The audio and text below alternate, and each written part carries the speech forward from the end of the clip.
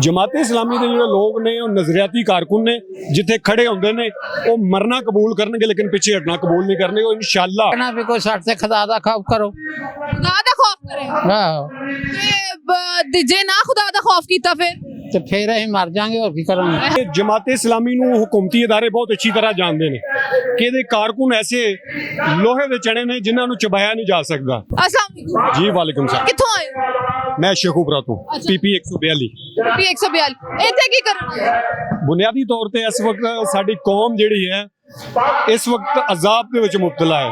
आम आदमी का जीना इस हुक्मरान टोले ने हराम कर दिता है। असी उस दे खिलाफ एहतजाज करने वास्ते आम लोगों की आवाज़ बनने वास्ते इत्थे अलहमदुलिल्लाह जमाते इस्लामी हर वक्त मैदान अमल च रही और इंशाअल्लाह नेक्स्ट भी आएगी। बुनियादी तौर पर सारे लोगों के हकूक जड़े ने वो इशराफिया ने सलब कर ले जिदी वजह तो एक मिडल मैन ते अगे कुछ उहदा साह आंदा सी। इस वक्त मिडल मैन भी खत्म हो चुका है। मतलब कि उहदे बच्चियां वास्ते तालीम नहीं, दुध मुयसर नहीं, उहदे अच्छी खुराक नहीं है, अच्छा माहौल नहीं है। हर जिहड़ा भी उहदा थोड़ी बहुती बचत सी बिजली के बिलों के निकल गई। इस वक्त असी उसके खिलाफ एहतजाज करने वास्ते सानू की लगता है पहला पीटीआई दे लोकां इन्ना एहतजाज कीता, कुट्टां खाइयां, मारा खाइयां, जेल च बैठे ने ते जमाते इस्लामी ऐसा केड़ा काम करेगी कि हुकूमत मान जाएगी कि जी महंगाई घट कर दियो। मेरा ख्याल है मैडम कि जमाते इस्लामी नूं हुकूमती इदारे बहुत अच्छी तरह जानते हैं कि इहदे कारकुन ऐसे लोहे दे चने ने जिन्हां नूं चबाया नहीं जा सकता। ये माजी दे विच तारीख गवाह है कि साडा एक एक बंदा जिथे खड़ा रहा अलहमदुलिल्लाह उन्हें हालात का रुख बदलिया। और दूसरे जिन्हां पार्टियां की तुसीं गल कर रहे हो बेसिकली वो मंगे तंगे लोग सन।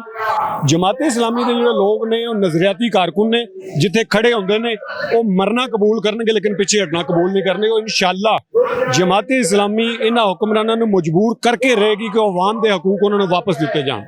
कितना दिनों तक इत्थे बैठे रहोगे? इंशाअल्लाह 3 दिन असीं इत्थे मौजूद हां और क़यादत सानू कहेगी असीं मौजूद हां। 3 दिनों बाद तुसीं कित्थे अगे जाओगे? इस्लामाबाद? इस्लामाबाद भी है साडा और कराची भी है। इंशाअल्लाह जिथे जिथे क़यादत सानू हुक्म करेगी असीं उत्थे आमीन कह के उन्होंने पीछे अतात करांगे। अस्सलाम वालेकुम। वालेकुम अस्सलाम व रहमतुल्लाह। अंकल जी यहाँ पे क्या करने आए हैं इस धरने में?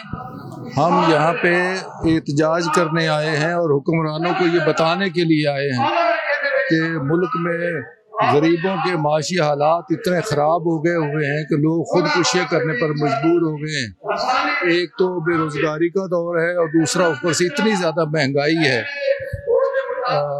अशियाए ज़रूरत की जो है कीमतें इतनी ज़्यादा हो गई हैं कि हमने ज़िंदगी में कभी भी इतनी महंगी चीज़ें न देखी थी।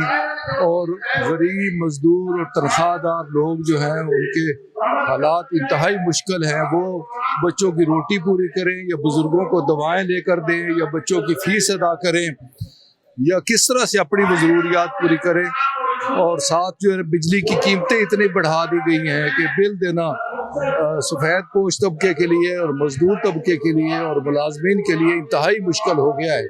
अच्छा अंकल जी मुझे ये बताएं कि पहले भी धरने उतरे हैं, पहले भी लोग जो है वो पुलिस की मारे खाते रहे हैं, तो क्या लगता है कि जमाते इस्लामी जो है वो इसमें कामयाब हो जाएगी कि वो इस धरने को कामयाब कर लेगी कि प्राइसेस नीचे आ जाएंगी? जी इंशाअल्लाह जमाते इस्लामी इसलिए कामयाब हो जाएगी कि ये हालात ये मसाइल जो हैं ये हमारे चोर करप्ट किस्म के हुक्मरानों की वजह से और बद इंतज़ामी की वजह से ये हालात और ये मसाइल पैदा हुए हैं।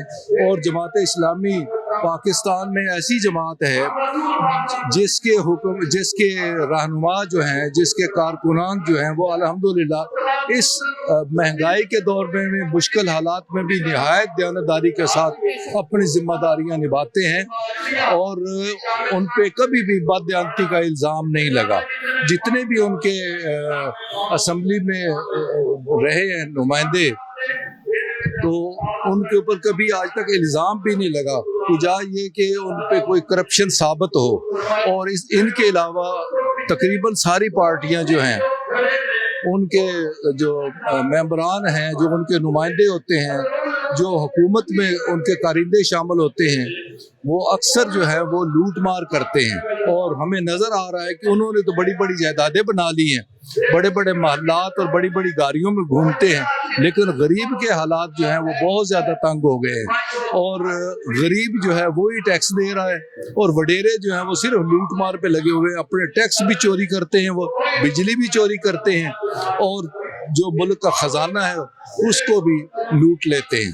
बैरूनी कर्जे जो हैं वो भी उन्हीं की वजह से हैं, बैरूनी कर्जे लेते हैं वो दूसरे मुल्कों की मेरे समाजत करके, लेकिन वो कर्जे जो है उनका गरीबों को फ़ायदा नहीं पहुंचता, आम आवाम को फ़ायदा नहीं पहुंचता, बल्कि वो जो जिनकी रसाई होती है, जिनकी पहुंच होती है, जो हुक्मरान हैं, जो हमारे सियासतदान और जो ब्यूरोक्रेट हैं, वो बंदर बांट के ज़रिए से अपने ही खजाने भर लेते हैं। अस्सलाम वालेकुम। वालेकुम सलाम। बाबा जी कित्थों आए हो? ਇਹ ਬਰਕੀ ਦੇ ਆ ਰਹੇ ਹਾਂ, कित्थों? ਬਰਕੀ ਦੇ ਆ ਰਹੇ ਹਾਂ अच्छा ते की करन आए हो इत्थे?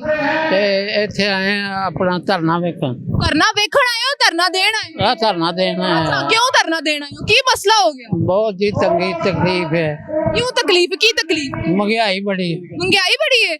ਤੁਹਾਨੂੰ ਕੀ ਫਰਕ ਪੈਂਦਾ महंगाई ਤੋਂ? ਤੁਸੀਂ ਤਾਂ ਜ਼ਿੰਮੇਦਾਰ ਬੰਦੇ ਲੱਗ ਰਹੇ ਹੋ। ਤੇ ਤੁਹਾਨੂੰ ਤੇ ਪੈਂਦਾ ਨਾ, ਤੁਹਾਨੂੰ ਤਾਂ ਪੈਂਦਾ, ਅਸੀਂ ਤਾਂ ਗਰੀਬ ਬੰਦੇ ਆ ਨਾ, ਤੁਸੀਂ ਤਾਂ ਜ਼ਿੰਮੇਦਾਰ। ਪੈਂਦਾ ਤੁਹਾਡੇ ਵਾਸਤੇ ਕਰਦੇ ਆ ਗੱਲ। सदके बाबा जी हमारे लिए यहाँ पे धरना देने आए हैं। ते बाबा जी मेरे दसो ਤੁਹਾਡੀ ਕਿੰਨੀ ਉਮਰ ਹੈ?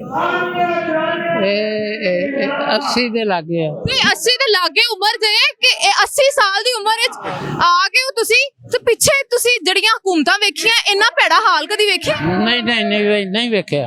ਅੱਛਾ, ਨਹੀਂ ਵੇਖਿਆ। ਨਹੀਂ। ਜਮਾਤੇ ਇਸਲਾਮੀ ਦੇ ਹੋ? ਲੱਗੇ ਹੋਈ ਜਮਾਤ ਦੇ ਲਾ ਪਰ ਨਹੀਂ ਵੇਖਿਆ। ਨਹੀਂ ਵੇਖਿਆ ਏਡਾ ਭੈੜਾ? ਨਵਾਜ਼ ਸ਼ਰੀਫ ਦੇ ਦੌਰ ਵਿੱਚ ਵੀ ਏਡਾ ਭੈੜਾ? ਨਹੀਂ ਨਹੀਂ ਨਵਾਜ਼ ਸ਼ਰੀਫ ਦੀ ਤਾਂ ਚੰਗੀ ਹਕੂਮਤ ਸੀ ਇਹਨਾਂ ਨਾਲੋਂ। ਅੱਛਾ, ਇਹਨਾਂ ਹੁਣ ਦੀ ਤਾਂ ਨਵਾਜ਼ ਸ਼ਰੀਫ ਦੀ ਹਕੂਮਤ ਜੇ। ਜੀ ਜੀ। ਅੱਛਾ, ਤੇ ਤੁਸੀਂ ਦੱਸੋ ਹੁਕਮਰਾਨਾਂ ਨੂੰ ਕੀ ਕਹੋਗੇ?